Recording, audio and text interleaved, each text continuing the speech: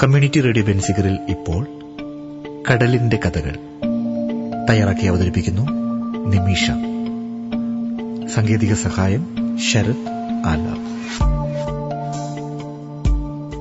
ഞാനിപ്പോൾ നിൽക്കുന്നത് പോർട്ട് കൊല്ലം തീരപ്രദേശത്താണ്. ഇന്ന് നമ്മൾ കേൾക്കാൻ പോകുന്നത് അധികമാരും മുൻനിരയിൽ കൊണ്ടുവരാത്ത കടലിന്റെ കനിവിൽ കഴിയുന്ന ഇവിടുത്തെ ജീവിതങ്ങളുടെ കഥകളാണ്, യാഥാർത്ഥ്യങ്ങളാണ്. കൊല്ലം തീരദേശ നിവാസികളിൽ വലിയ ഒരു ശതമാനം മത്സ്യബന്ധനത്തിലോ അനുബന്ധമായ തൊഴിലിലോ ഏർപ്പെട്ടിരിക്കുന്നവരാണ്. കേരളത്തിലെ 52 ദിവസം നീളുന്ന ട്രോളിംഗ് നിരോധനം ഇവരെയും ഇവരുടെ കുടുംബങ്ങളെയും പ്രതിസന്ധിയിലാക്കുന്നു. ട്രോളിംഗ് നിരോധനം വന്നതോടെ യന്ത്രവൽകൃത ബോട്ടുകൾക്ക് മത്സ്യബന്ധനത്തിനിറങ്ങാൻ ആകില്ല. എന്നാൽ പരമ്പരാഗതമായ മോട്ടോർ ഘടിപ്പിക്കാത്ത ബോട്ടുകൾക്ക് വിലക്കില്ല. നിശ്ചിത വരുമാനമില്ലാതെ കഴിയുന്ന മത്സ്യത്തൊഴിലാളികൾ ഇനി എങ്ങനെ മുന്നോട്ടു പോകും എന്ന് സ്വയം ചോദിക്കുന്നു. ട്രോളിംഗ് നിരോധനത്തെ തുടർന്നുള്ള അവരുടെ ആശങ്കകളും അഭിപ്രായങ്ങളും നമുക്ക് കേൾക്കാം.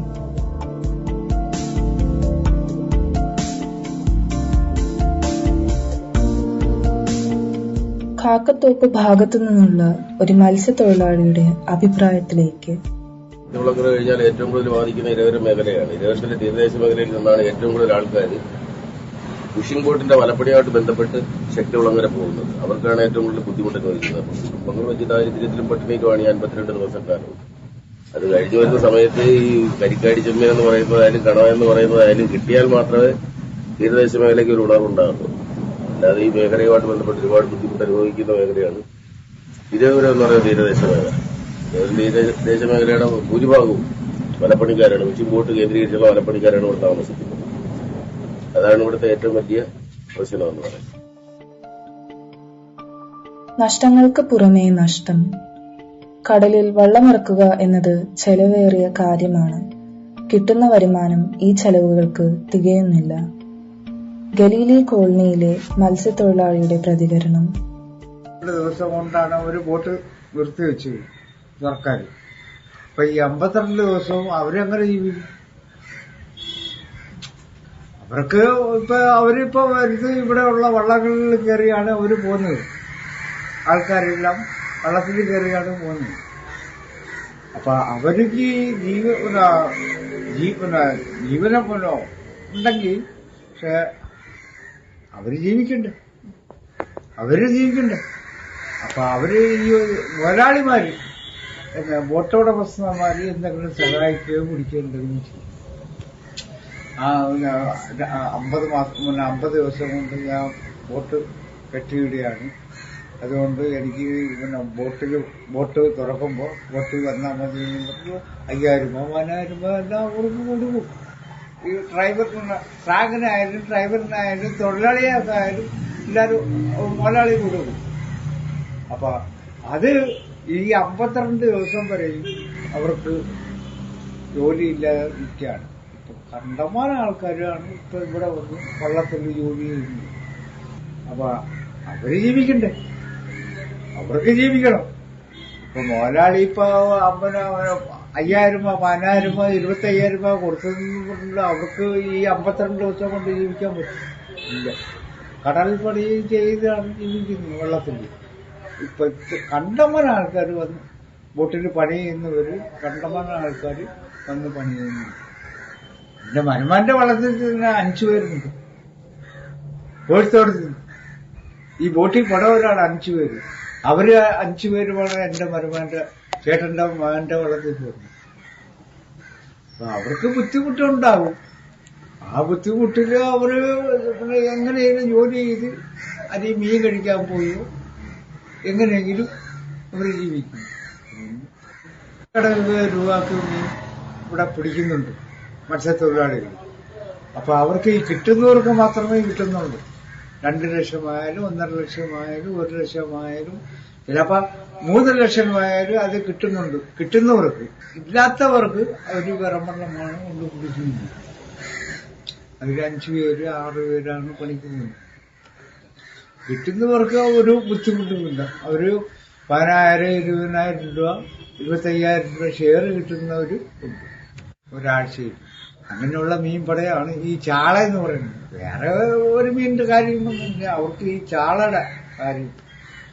ചാള ലക്ഷക്കണക്കിന് രൂപക്കാണ് മീൻ കിട്ടുന്നത്. അത് മാത്രമല്ല, ഇപ്പൊ നമ്മൾ ആദ്യം കൊടുത്തത് ഒരു കൊട്ടയ്ക്ക് 3,000 രൂപ കൊടുത്തത്.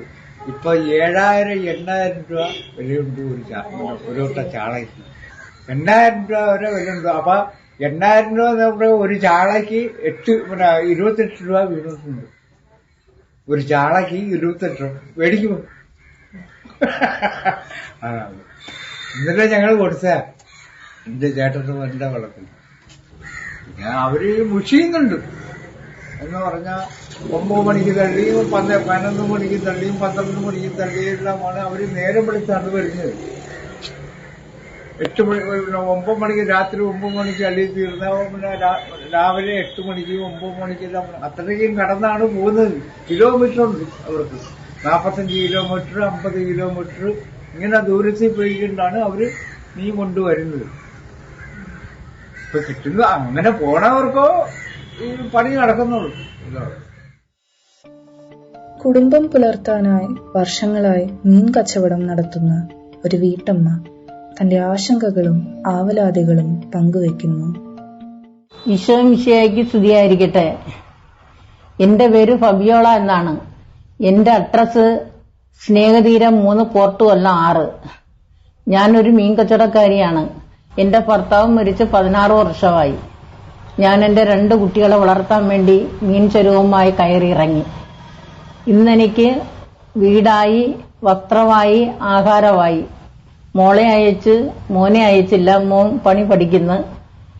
ജീവിതത്തിൽ മീൻ കച്ചവടത്തിൽ ഒരുപാട് കാര്യങ്ങൾ നേടി. പക്ഷെ ഇപ്പോഴൊന്നും നേടാൻ പറ്റുന്നില്ല.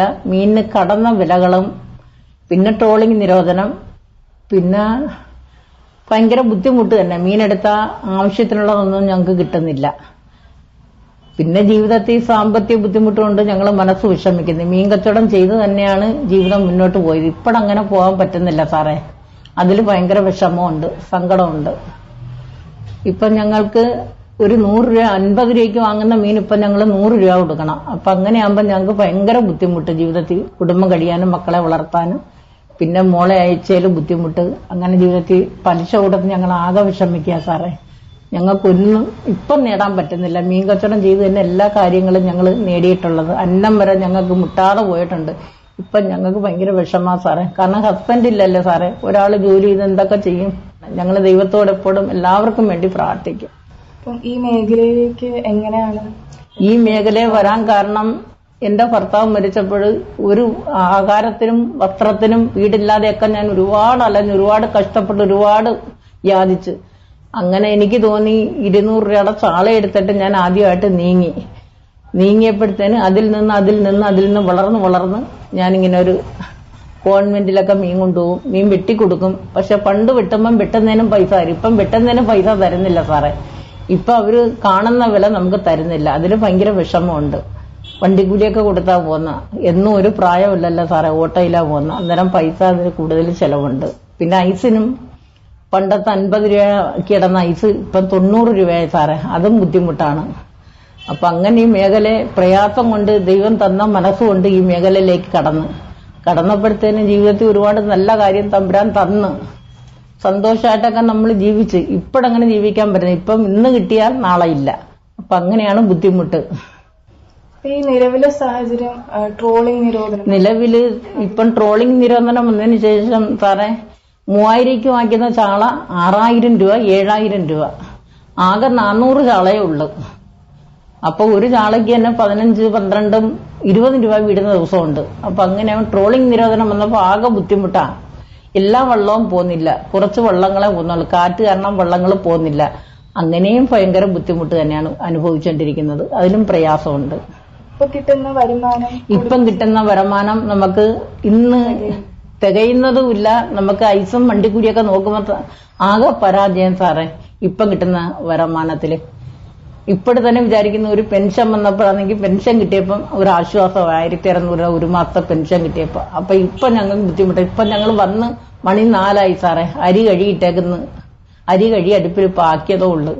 മീൻ ഇച്ചിരിയൊക്കെ ഒരു വില കുറഞ്ഞാലേ മീനും കടപ്പുറത്തും മോശമാണ്, കടലും മോശമാണ്. മീനുണ്ടെങ്കിലല്ലേ സാറേ ഞങ്ങൾക്ക് എന്തെങ്കിലും കിട്ടും. അപ്പൊ ഞങ്ങൾക്ക് വിഷമമില്ല. ഇപ്പൊ ഞങ്ങൾക്ക് ഹസ്ബൻഡും ഇല്ല, അമ്മയില്ല, അപ്പം മരിച്ചു, അമ്മ മരിച്ചു, സഹോദരങ്ങളില്ല. ഞാൻ ആൻഡ്രിസ്റ്റേറ്റിന്റെ ഭാര്യയുടെ അനിയത്തിയാണ് സാറേ. ഫിഷറീസ് പണ്ട് ഫിഷറീസിൽ സെക്രട്ടറി ആയിട്ടിരുന്നത്. എനിക്ക് ജീവിതത്തിൽ ഇപ്പൊ ഒരുപാട് വിഷമവും ബുദ്ധിമുട്ടും സാറേ. മോളെ അയച്ചതിന്റെ കടമുണ്ട്. പക്ഷെ മീനില്ലാത്തതുകൊണ്ട് കടലിൽ നോക്കി ഞാൻ കരയും ചില സമയം. ഈ മീൻ കച്ചവടത്തിന് ഇറങ്ങുന്നതിന്റെ പരിമിതികൾ, ബുദ്ധിമുട്ടുകൾ അതൊക്കെ എന്തൊക്കെയാണ് അനുഭവിച്ചത്? മീൻ കച്ചവടത്തിന് സാറേ വെളുപ്പിലെ 5 മണിക്ക് നമ്മൾ 4 മണിക്ക് എഴുന്നേറ്റല്ല സാറേ പല്ല് തേച്ച് നമുക്ക് വെള്ളം പൈപ്പിൽ ഒന്നുരാടാ വരുന്നത്. വെള്ളം പിടിച്ച് എല്ലാം എടുത്ത് വരുമ്പോൾ സാറേ അതിരാവിലെ പോയില്ലെങ്കിൽ അതിരാവിലെ വെളുപ്പിലെ പോകുന്നെങ്കിൽ ശകലം വിലക്കുറവാണ്. പിന്നെ അത് കഴിഞ്ഞാൽ കറിക്കാരുടെ ബഹളം കൊണ്ട് നമുക്ക് മീൻ വാങ്ങാൻ പറ്റുന്നില്ല. അപ്പൊ ആ വെള്ളം പിടിച്ചു വെച്ച് വീട്ടിൽ പാത്രം കടി എടുത്ത് ഉറക്കമില്ലാതെയും ആഹാരമില്ലാതെയും വെള്ളം കുടിക്കാതെയും ചായ കുടിക്കാതെയൊക്കെ സാറേ ഞങ്ങൾ പോകുന്നത്. എന്ത് ചെയ്യും സാറേ? മീൻ കച്ചവടം എന്ന് പറഞ്ഞാൽ പോരാ സാറേ, അതിൽ ഭയങ്കരമായ ബുദ്ധിമുട്ടാണ്. ചില സമയം ഞങ്ങള് ടോയ്ലറ്റ് വരെ പോകാതെ ഓടിപ്പോകും. വന്നിട്ട് ടോയ്ലറ്റിൽ പോകാൻ നോക്കി അപ്പോഴത്തേനും വയറ്റുവേദന വരും, സമയത്തിന് പോകാതെ. അങ്ങനെയൊക്കെ ഞങ്ങൾ ഒരുപാട് ബുദ്ധിമുട്ട് അനുഭവിച്ചാൽ സാറേ മീൻ കച്ചവടം ചെയ്യുന്നത്. ഒരുവിധം ഒരു ലോട്ടറി അടിച്ചാൽ ഞാൻ ഈ മീൻ കച്ചവടം നിർത്തിയേന്. അത്രയ്ക്കും വിഷമമാണ് സാറേ. ഇന്നിപ്പോ നേരം വിളിച്ച് ഇത്രയും സമയമായി സാറേ, അരി വേഗന്നേ ഉള്ളു. ഇതിനായിട്ട് എന്തെങ്കിലും ആനുകൂല്യങ്ങളോ? ആനുകൂല്യം എന്ന് പറയാം സാറേ, ഇപ്പം ഇതില് ഫിഷറീസിൽ ആനുകൂല്യം ഉണ്ട്, അതുണ്ട്, ഇതുണ്ടെന്ന് പറഞ്ഞിട്ട് ഫിഷറീസുകാർക്ക് ആര് വേണ്ടെന്ന് പറഞ്ഞിട്ട് അനുബന്ധന തൊഴിലാളികൾക്ക് ഉണ്ടെന്ന് പറഞ്ഞിട്ടും ഈ വള്ളക്കാർക്ക് മാത്രം ആനുകൂല്യം ലഭിക്കുന്നുള്ളൂ. മീൻ കച്ചവടക്കാർക്ക് ആനുകൂല്യം ലഭിക്കുന്നില്ല സാറേ. ഒരു ലോണിന് വേണ്ടി ഡെവലപ്മെന്റ് ഫിഷറീസിൽ എഴുതിയിട്ടിട്ട് സാറേ ആദ്യം ഞങ്ങൾ 20 രൂപ എടുത്ത്, പിന്നെ ഞങ്ങൾ 30,000 രൂപയ്ക്ക് എഴുതി കൊടുത്തിട്ട് ഈ പോർട്ട് കൊല്ലത്ത് ജോൺസൺ ചേട്ടന്റെ ഓഫീസിലാ, അവിടുത്തെ ഓഫീസിൽ ഫിഷറീസ് ഡെവലപ്മെന്റ് ബാബു ഇരിക്കുന്ന ഓഫീസിൽ ഞങ്ങൾ ഇട്ടിട്ട് സാറേ 1.5 വർഷമായി നമ്മൾ ആപ്ലിക്കേഷൻ കൊടുത്ത് സാറേ. ഇതുവരെ അത് ഞങ്ങൾക്ക് ഇന്ന് തരാം നാളെ തരാം മീറ്റിംഗ് കൂടിയില്ല, പിന്നെ ഫിഷറീസിലെ സാറ് വന്നില്ല, അങ്ങനെയാണ് അതുകൊണ്ടാണ് കമ്മിറ്റി കൂടിയില്ല എന്ന് പറഞ്ഞ് ഞങ്ങളെ ഇട്ട് പറ്റിക്കുന്നു സാറേ. 20 സ്ത്രീകളെ ഞങ്ങൾ എന്ത് ചെയ്യും സാറേ? ഞങ്ങൾ മനം കൊണ്ടൊന്നും എന്തൊക്കെ കരയുക ചെയ്യുന്നത്. ഇന്ന് വിളിച്ചു തരും, നാളെ വിളിച്ചു തരും പറഞ്ഞ് ഞങ്ങളുടെ ഗ്രൂപ്പും ബാങ്കിലെ പാസ്ബുക്കും ഞങ്ങളുടെ ആധാർ നമ്പർ എല്ലാം മാറ്റി വെച്ചിട്ട് സാറേ ഞങ്ങൾക്ക് ലോൺ തരുന്നില്ല. ഞങ്ങൾക്ക് അതെങ്കിലും കിട്ടി ഞങ്ങൾ ഇപ്പൊ ഈ അവസരം മീൻ മതി. ഇപ്പൊ ഈ അവസരം മീൻ വേണമെങ്കിൽ സാറേ 10,000 രൂപ വേണം. മറ്റേത് അങ്ങനെയല്ല സാറേ, 2,000 രൂപ ഇരുന്നാലും ഞങ്ങൾക്ക് മീൻ മാറ്റി ഞങ്ങളുടെ ഉപജീവനം കഴിയാ. ഞങ്ങൾ ഭർത്താവില്ലാത്ത ഞങ്ങൾ എന്ത് ചെയ്യും സാറേ? ഞങ്ങൾക്ക് എവിടെയെങ്കിലും ആരുടെയെങ്കിലും പോയി കൈ നീട്ടാൻ പറ്റുമോ? ഒരു ബ്ലേഡ് വാങ്ങിച്ചാൽ ഒരു ദിവസം മുടങ്ങാൻ പറ്റത്തില്ല. അപ്പൊ ഞങ്ങൾക്ക് അതും ബുദ്ധിമുട്ടായിട്ട് വരുന്നു. പിറ്റേന്ന് ഒരു ദിവസം മുടങ്ങിയാൽ പിറ്റേന്ന് 2 എണ്ണം കൊടുക്കണം. അപ്പൊ ഈ ലോണിന് വേണ്ടി ഞങ്ങൾ ഫിഷറീസിൽ അപേക്ഷിച്ചിട്ട് അതും ഞങ്ങൾക്ക് കിട്ടുന്നില്ല സാറേ. എന്ത് ചെയ്യും സാറേ? ഇതിനൊരു പരിഹാരം നിങ്ങൾക്ക് കാണാൻ പറ്റുമോ?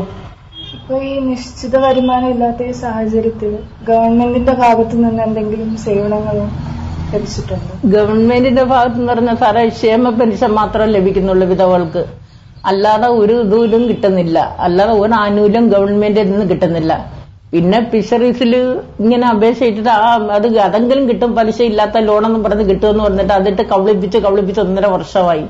ഞങ്ങൾക്ക് ഒരു ആനുകൂല്യം ഞങ്ങൾ എപ്പം ക്ഷേമ പെൻഷൻ വരുമെന്നും പറഞ്ഞ് സാറേ കാത്തിരുന്ന് വാങ്ങുന്നവരാണ് ഞങ്ങള്. ഞങ്ങൾക്ക് മക്കള് ഇന്നത്തെ കാലത്ത് സാറിനറിയാവില്ല, മക്കളൊന്നും ശരിയല്ല, മാതാപിതാക്കന്മാരെ നോക്കുന്ന മക്കളല്ല. അപ്പൊ ഞങ്ങൾക്ക് ആത്മഹത്യ ചെയ്യാതെ ജീവിക്കണമെങ്കിൽ എന്താണ് സാറേ? 5-6 മീൻ കൊണ്ടുപോയി ഞങ്ങൾ കഷ്ടപ്പെട്ട് വണ്ടിക്കൂലിയും കൊടുത്ത് ഐസ് വിട്ട് താഴെ നിന്ന് ചുമന്ന് മോളിൽ നിന്ന് കയറി ആട്ടം പിടിച്ച് താഴെ ഒന്ന് ഓട്ടോക്കാരന് 5 രൂപ കുറഞ്ഞാൽ അവൻ വടിയിൽ ഇറക്കി കളയും. അപ്പൊ അവന് അത് ആ കറക്റ്റിനുള്ള പൈസ കൊടുത്തില്ലേ സാറേ? അതും ബുദ്ധിമുട്ടാ. ഞങ്ങൾ ഒരുപാട് വിഷമിക്കുന്ന സാറേ. വിധവകളായി ഞങ്ങൾ ഒറ്റപ്പെട്ട ജീവിതം ജീവിച്ചിട്ട് ഞങ്ങൾ ഒരുപാട് വിഷമിക്കുന്നു.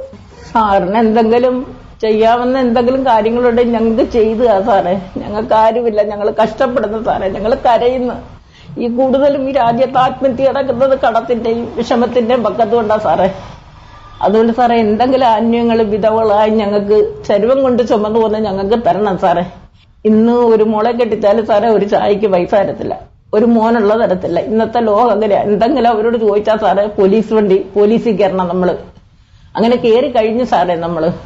അപ്പൊ അതിനേക്കാളും സാറേ വിധവകളെ ഞങ്ങൾ ചുമന്നുണ്ടോ? ഞങ്ങൾക്ക് അതിന് എന്തെങ്കിലും ഒരു ആനുകൂല്യം സാറ് തന്ന കോടി പുണ്യം ദൈവം നിങ്ങൾക്ക് തരും. ഞങ്ങൾ കരഞ്ഞിരിക്കുക, ഞങ്ങൾക്ക് ആരുമില്ല. ദൈവനാമത്തിൽ സംസാരിക്കുക സാറ്. വിഷമങ്ങൾ നമുക്ക് എല്ലാവർക്കും പങ്കുവയ്ക്കാം. അനുഗ്രഹിക്കട്ടെ. ഈ കേട്ടിട്ടിരിക്കുന്ന സാറിനെ ദൈവം അനുഗ്രഹിക്കട്ടെ, നിങ്ങളെ എല്ലാവരെയും കാത്തുരക്ഷിക്കട്ടെ എന്ന് പ്രാർത്ഥിച്ചുകൊണ്ട് നിർത്തുന്നു സാറ്. അത്രയ്ക്കും വിഷമം മനസ്സിൽ നിന്ന്. ആനുകൂല്യങ്ങളും സേവനങ്ങളും വാഗ്ദാനം മാത്രമാകാതെ അവ പ്രാവർത്തികമാക്കണമെന്നാണ് ഈ കടലിന്റെ മക്കൾ അഭ്യർത്ഥിക്കുന്നത്. ട്രോളിംഗ് നിരോധന കാലത്തെ ഈ സഹോദരങ്ങളുടെ കഷ്ടപ്പാടിനും തൊഴിലില്ലായ്മയ്ക്കും ഒരു ശാശ്വത പരിഹാരം ഉണ്ടാകട്ടെ എന്ന് നമുക്ക് പ്രത്യാശിക്കാം. കമ്മ്യൂണിറ്റി റേഡിയോ ബെൻസിഗറിൽ നിങ്ങൾ ഇതുവരെ കേട്ടത് കടലിന്റെ കഥകൾ. തയ്യാറാക്കി അവതരിപ്പിച്ചത് നിമീഷ. സാങ്കേതിക സഹായം ശരത് ആലാപ്സ്.